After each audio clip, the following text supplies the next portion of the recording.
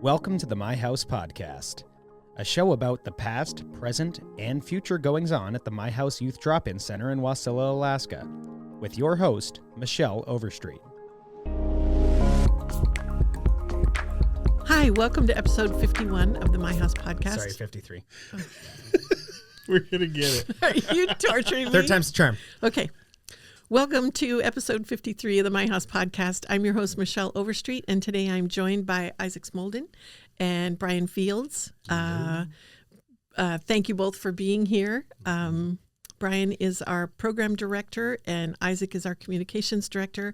And I'm so excited today to talk with you about the behavioral health services that we are getting up and running, a 3.1 program, which apparently there's one down in Southeast somewhere, but there's no 3.1 Really? on the driving roads road system that any of our clients could reach. So it's a totally unfilled niche. Yeah.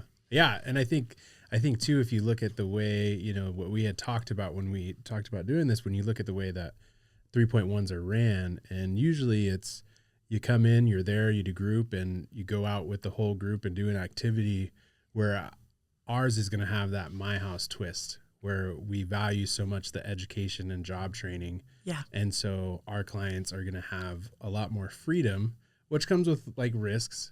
But I believe with the culture that we have, I think it's gonna be so innovative, and it's gonna be so amazing that people are gonna just be blown away by what we're doing with this. Okay, smart people, back it up a little bit. What the heck does 3.1 mean for the layperson? Yeah. Okay, go ahead. Yeah, 3.1 is low intensity residential treatment.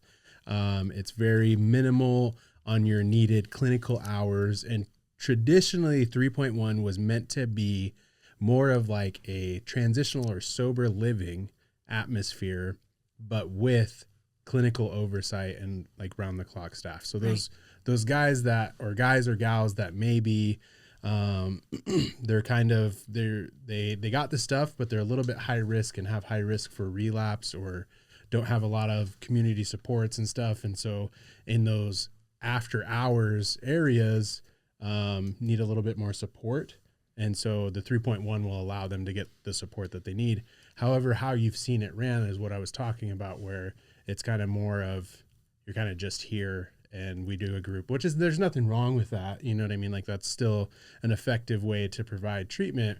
But I think this allowing us to have the flexibility and allowing our clients who are very young the freedom to grow and learn at the same time is going to be monumental. Oh, so this came out of, this is, so when I started this 14 years ago, can you believe it's been 14 years? We've been in this building for 11 years. Yeah. But when we started this 14 years ago, one of the things that we noticed was that there was a segment of our client population that were really challenged with either behavioral health or substance use issues, but we didn't necessarily want them to go into an adult treatment program. If they're 21 years old, they're not shooting heroin, but they get assessed at a intensive residential or low intensity residential level.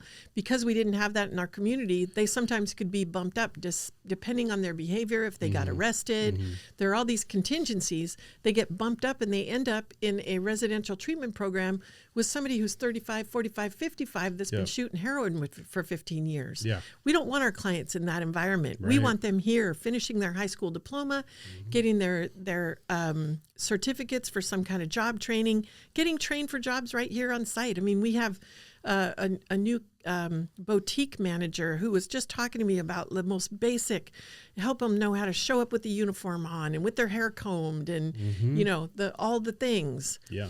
And so the beautiful thing about this for me is that it's like it was made for my house, right? It's they get up in the morning, they do a chore, they go to group, they come over here at 10 o'clock, they work from 10 to 3, either on their schoolwork or in their job training program or working online on something that they're, some kind of a program that they're doing for training, and then they go back to their housing. They've got 24-hour supervision, and the second thing that this does is we have so many kids that blow out of our housing because they're smoking pot on the back porch, they're drinking and coming home drunk, or they're bringing alcohol in when we've got no alcohol allowed because we got kids on probation and kids in recovery, and we just don't do that in our housing. And so they get bounced out of our housing, and instead of going back to the street, we have the opportunity to say, hey, Joe, look, this isn't working out so great and you're having some challenges. We've got this other housing opportunity with a little more structure and some options for groups that could really help you build your skills and change your lifestyle a little bit and be more successful. Yeah. That's the beauty, right? Wow. So it's like all of the services that My House offers, except it completely envelops all of our clients and gives them the support that they need. It's almost like this is a no-brainer step for us to take. That's perfect. Crazy. Yeah. That's perfect. Crazy. Yeah. And Michelle, when you said there's one other 3.1 in the state, this is, correct me if I'm wrong, this is the only 3.1 treatment center in the state of Alaska that will specifically serve the clients that are in our population, that are in our age range. And to your point earlier, we know that is so needed because the life experience of someone that is 55 and maybe dealing with chronic homelessness, chronic substance abuse, and someone that got kicked out of their parents' house at 18, brought to our doorstep, parents said, hey, I'm done with them, is the road to recovery looks wildly different for those two people. So one, this is super, super critical for our clients. It really completes our continuum, gets our wraparound services covering all of our clients, providing them exactly what they need. And also it's needed for the age population that we're serving because there's nowhere else like this in the state. That's correct. Yeah. And it gets to allow us to continue to build on our clients' community. Right. Yes. And so, I have noticed, I'm a person in long-term recovery, right? And I have noticed that there are younger and younger faces coming into these 12-step programs. And as that is also exciting, it is scary to me at the same time. Yeah. Right? Because what that says to me is that these kids are getting introduced to harder substances at earlier ages and becoming more dependent faster than they were prior. Yes. Right. And so they come into these situations and they're welcomed in all of those things, but their community is an array of older people. And this will allow us to have like-minded, around the same age people doing the same thing and build that community that they're going to need in order to sustain, I believe, long-term sobriety. Yeah, because that social connection is really the biggest driver of recovery, right? Breaking down the shame, breaking down the feelings of isolation is what sustains long-term recovery. Yeah. And creating a culture of sobriety and a culture of being healthy. And if you aren't able to be healthy in the housing alone, moving to a place where you can be healthy and making that no stigma attached to that, right? That's just an expectation. Like, oh yeah, Joe, you should move over there because that's where you get the next stuff that you need. Yeah. And by the way, this was all done with feedback from people that were clients in our program saying, our youth advisory board saying, hey, we got a gap here. Yeah. We have the smartest youth advisory board. Yeah. Shout out to our youth board of directors. They're amazing. Because Bryan came into our last, and we're still working on our Robert's Rules of Order, but we've been going for about a year now. And Bryan came into our youth board of directors meeting blown away as an agenda item and presented, here's the schedule, here's what it looks like, give me what you got. And so we have so much fantastic lived experience in a variety of arenas, but we have multiple everyone on our youth board of directors is a former client. And we have a couple clients that have lived experience in going through treatment, in recovery, and now are themselves working at a treatment facility. Yeah. And so not only were they able to say, this is what worked for me as a client, this is what didn't work for me as a client, now they're also saying, this is what I think is helpful for a staff member, and this is what I think really, really is unhelpful as a staff member. Yeah. And so we're getting feedback for kind of both sides of that coin, which is so important. I mean, that youth leadership and that youth voice has always been baked into this organization. But I think that this is maybe the most fidelity to the model that I have seen out of, I think, a lot of organizations that are we know that lived experience piece is important, that youth leadership is important. And I was just so blown away and so proud of the youth board members that we have that just killed it in that meeting. Yeah. And just for those who don't know, our youth board of directors comes from our youth advisory board. So we have a youth advisory board with 20 kids in it that can come to the table and give us feedback about programs and policies and the new building that we're building. But this group is sort of a group that's titrated down from that group that wanted to have a voice that was more impactful and that are being groomed for coming on to our board of directors. Yeah. So they're going to be directing the organization. And I don't have enough words to say how proud I am of that group. And this 3.1 really came out of that group saying, but what about the kids that get exited from housing because they're smoking dope on the back porch or drinking in housing and they can't not do that, and they get enough strikes that they have to exit housing and there's nowhere for them to go? What can we do for them? And this 3.1 with our model lets us run the program and integrate it right into the job training and the daily routine here. It's beautiful. It's so beautiful. And I think too, one of the common misconceptions with youth that you get is they get labeled a lot as stigma. So much stigma as, degenerates or, whatever. Rebellious or lazy. They're lazy. They're just, how many kids have came to me and said, hey, I keep doing this, but I don't want to. Yeah. Like, a lot of our kids grew up in these atmospheres where there was lots of partying, lots of drinking, lots of mental health concerns, lots of DV, all of these different, and they don't want that life, but it's the life that they've learned and the life that they're accustomed to. And so they kind of just walk into it. Right. Yep. But they're smart enough to know this is not the life that I want. Yeah. And I think. And they're young enough to change. Exactly. They break the chains when they're young and they never go back to that. Right. And then their kids don't have to experience Their kids don't experience the trauma. Mm-hmm. They grow up in not in extreme poverty. They eat good food. Right. They get enough rest. They have people to talk to. Yeah. We had a dinner this week. For those who don't know, we're doing a calendar. It's 12 months of My House success stories. Also approved by our youth board of directors. They're using some of their budget, and a lot of them are in that calendar. And I won't necessarily say who it is because I did not get the permission to do that before this podcast, but they have been super instrumental in developing that and giving that out to our donors and partners as kind of, hey, here is our clients, here's our success, and this is something that the youth board of directors is doing. Yeah, thank you, awareness. And that project actually came out of the Nancy Angelini Crawford portrait projects, where she painted portraits and told the stories of clients. And so we took that, and we'll have a calendar that's available in the next couple weeks. And as part of that, we took this group of kids that were on the calendar, 12 kids, to dinner. And I was just sitting there with these super smart, super articulate. They were talking about their dreams and goals and what they were working on. And I mean, honestly, less than 2 years ago, one of those kids, I was the emergency contact for, and I had a call from Matsu Regional Hospital that he had been picked up on the side of the road, unresponsive, in an overdose state. And when I showed up in intensive care, they said, he's unresponsive and you can't go in. Yeah. And he came out of that and was one of the kids sitting at that table as part of that calendar project as a successful, in recovery, advocating, helping other kids story. Yeah.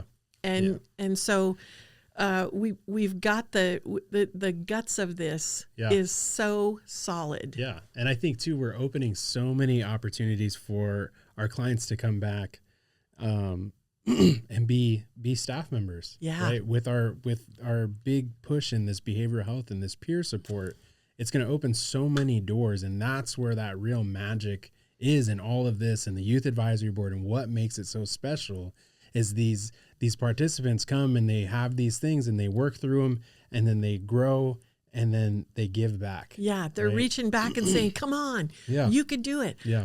I just had this again with the new manager in the boutique.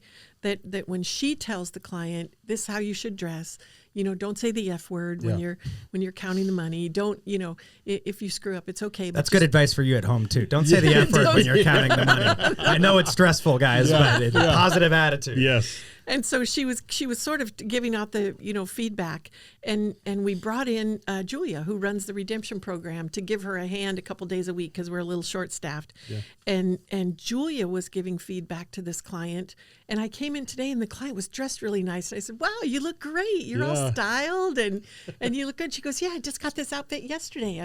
I'm all excited about it." And the boutique manager winked at me and was like, "What a difference it makes to have those young peers." Yeah. The young people saying, "Hey, you don't have to do that. Right. Here's how you not do that." Yes.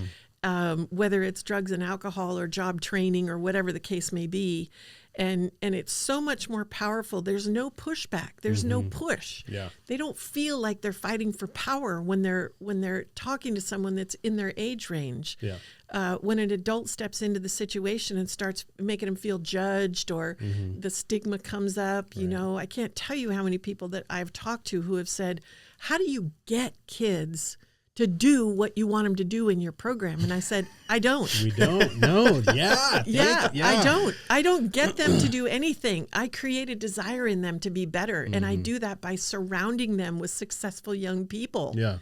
And showing them it's possible. And showing them it's possible. Telling them to dream big. Yeah. Because lots of these kids get people in their lives that just don't believe in them. And then I was just talking about, especially with kids in the youth facilities, is, what they don't understand is when they tell a kid, "Hey, you're not ready to go home. You're going to stay in this youth facility for what they're hearing you say is not, "I need to correct my behavior." They're hearing you say, "I am not wanted and I am not loved. I'm not worthy." Right. Yeah. And so at some point, and I went through this when I was 18, 19 years old, when I was coming out of youth facilities, I got to this point where I said, everybody, no matter how hard I'm trying, everybody keeps thinking I'm going to be this thing, that I'm just going to go back to alcohol and drugs, and that's going to be my life. And at the end, I said, "Okay, fine. If that's what everybody thinks I'm going to do, then that's what I'm going to do." And that's what I went and did. Oh. And that's what happens, I think, a lot of times with kids is they get tired of trying to push back and say, "No, I'm not that person." And okay, I'll buy into the story you're selling, and I guess that's who I am now. They live up to the expectation or down. Mm-hmm. Yeah. Yeah. I'm super excited about the Carson Cottle Center that we have the federal appropriation for, because in that building there are 8 co-working spaces right next to our behavioral health services. And one of the things that I'm doing is inviting DJJ and OCS and all these service providers that are partners with us in there, because and I know this happens because we have navigators and transportation all the time going, but kids end up going back over to DJJ for their check-ins with their PO. Mm-hmm. And I'm asking their PO to come here and check in with them. Why when they're released and they're out, why are they going back there to be browbeat by the environment that they're trying to get away from? Yeah. Can you come here and meet with them? Can you have an office in our new building so that whoever your PO is can come in that office and meet with our clients? Yeah, in their space and where they feel comfortable and confident. Yes, and in a place where people believe in them. Mm-hmm. And I really believe that this 3.1 treatment is gonna carry that. Yeah. They're gonna feel that, and the environment is gonna be an extension of what they feel in this building is no judgment, no shame, no stigma, and a whole bunch of who do you want to be? Yes. How can we help you become who you want to be? Yes. I think a lot of times when they get exited from housing, it's not intentional. They don't recognize that the behavior, the consequence is because of the behavior. Right. It's easy to blame somebody else or have an idea that it's because this, it's because somebody else did something else. But when they get surrounded by support and their defenses go down, it's so much easier to own their success or failure. And another piece to that is we don't take credit for their success. Yes. So we're not saying, well, you're successful because of my house. No, you're not. You're successful because of yourself. Yeah. We provided the platform, but you have to jump. Yes. You have to build your foundation on that. We'll give you all the support that we can figure out how to give you, but not only are we not responsible for your success, we're not responsible for your failure. Yeah. You own that. Yes. And I think that in a treatment, I'm so excited to see how that plays out in a treatment environment, because I really think that that's going to bring more kids to a higher level of functioning than we've ever had before. Absolutely. Yeah, and as we get ready to move into the Carson Cottle Center, this program is really going to grow into that building, right? That's right. But we have to get it started now because the need is there. Exactly. The need for our clients is there. It allows us to bring in the staff, get them trained now, get this program going now, help our clients now. And when we have a new building, it just rolls right into there and continues doing exactly what it was set up to do now. Right. Yes. So we have this appropriation. It's to build the building. We can't use the money to do anything else. The money is going into the building. So Radiothon is Friday, November 15th, and we would love if you'd listen, kmbq.com or the My House Matsu Facebook. You can get to the radio if you're local, 99.7 FM, listen to our clients, our staff, our partners, talk about how these programs gave them that platform to help them be successful and take that leap. And if you are willing and able to offer your time, talents, or treasures to help make this program and all of these new programs a possibility for this client base that, through sometimes no fault of their own, has found themselves in this position, but is wanting to and willing and able to change, then please consider helping us however you can to make this a possibility, because we're taking the jump. Yeah. Because it's needed. Yeah, we are. And as much this organization was built on and continues to operate off community support, and in order to make this program a possibility, we will continue to need that community support so that we can give our clients that platform. And when they graduate treatment, when they graduate our program, they stay right here in the Matsu. They help the people behind them, and they make this community a better place to work and live. Yeah. Absolutely. Yep. Awesome. Well, that's all the time we have for today. Thank you both so much. I appreciate you tremendously, and I'm so grateful for all your hard work. The My House podcast is recorded at the My House studio in Wasilla, Alaska. Our producer and editor is Ozzie Keener, and I'm Michelle Overstreet. Until next time.